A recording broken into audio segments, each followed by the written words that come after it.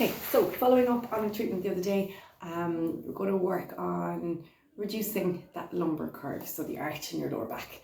We're going to approach this in a few ways. First one, which I didn't really talk about the last day, was getting into that psoas muscle. So we worked on it a little bit. It's a muscle that attaches your spine to your femur, and it can get quite tight and it can pull that pelvis forward. So if you have a kettlebell at home or in the gym, you are going to put the handle of it just above that pointy, your hip bone there.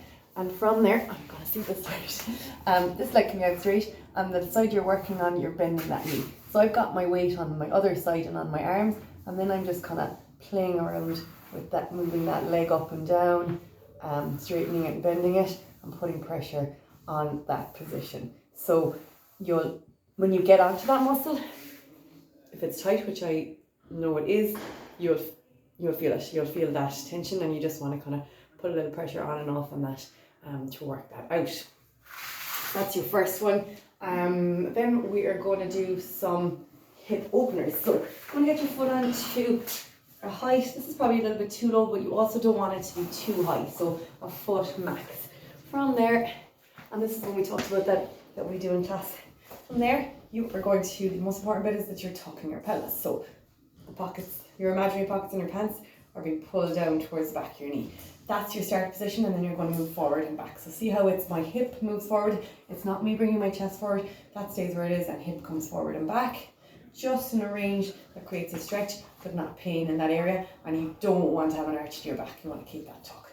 Then when you've done around 10 of those, you want to reach up with your arm. And in this one, you are actually going to get a little bit more arch.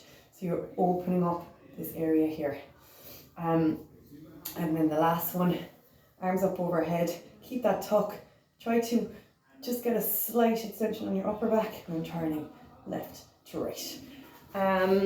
Okay, what else are we doing? Then we're going to work again on reducing that arch. So trying to get it from convex to concave.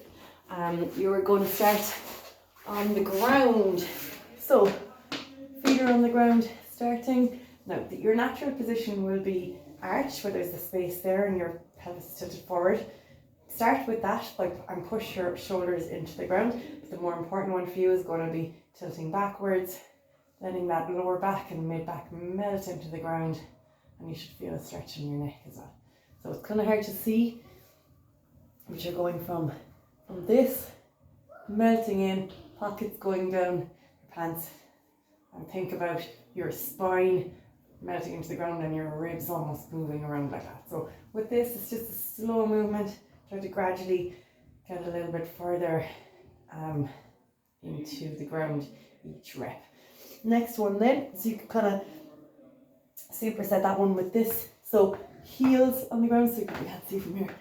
You're in that like heel bridge position with your feet.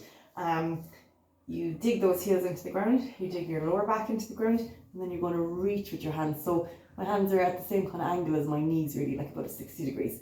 Big breath in, feel your lungs expand, and when you let that breath out, you're melting into the ground again. So my spine is pushing into the ground, my lower back is pushing into the ground, like so. Big breath in again, so expanding.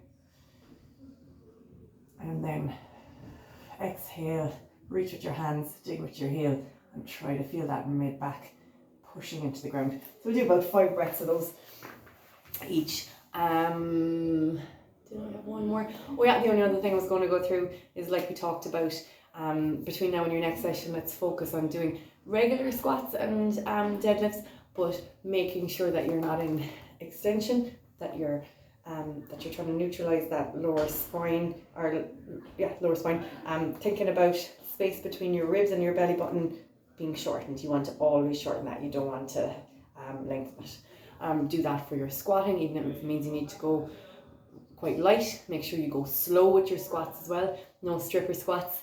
And with the deadlifts, same idea. You want to be, when you're hinging, instead of coming in here in that kind of duck ass position, you're starting, tuck, and maintain that during the deadlift. You may not be able to go as far, but that is a-okay. Righto, talk to you soon.